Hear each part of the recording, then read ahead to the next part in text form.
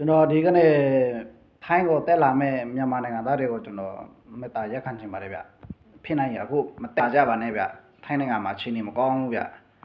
လွန်ခဲ့တဲ့၄-၅ရက်လောက်ကပတ်ထရာမှာဖြစ်သွားတဲ့မြန်မာတွေရံဖြစ်ပွဲကိစ္စနဲ့ပတ်သက်ပြီးတော့ဒီထိုင်းနိုင်ငံမှာဒီပတ်ထရာပဲချမ်းမှာပဲဖြစ်ဒီစမုပရာကန်ပဲမှာပဲဖြစ်ထိုင်းလူမျိုးတွေကအဆုလိုက်အပုံလိုက်နဲ့လိုက်ပြီးတော့အဖစ်ဖစ်ချမ်းနေတယ်ဗျကျွန်တော်ဗီဒီယိုကိုတွေ့တယ်ဆိုရင်မြန်မာနိုင်ငံမှာတက်လာမဲ့ငယ်ကိုမောင်နှမတွေဖေးအေးထားပြီးတော့နောက်တလားလောက်နေမှအချိန်ကြီးကောင်းမှပြန်တက်လာဖို့ကျွန်တော်အကြံပေးရှင်ပါတယ်ဗျကျွန်တော်ကထိုင်းနိုင်ငံမှာနေရကြာပြီထိုင်းနိုင်ငံအကြောင်းကိုကျွန်တော်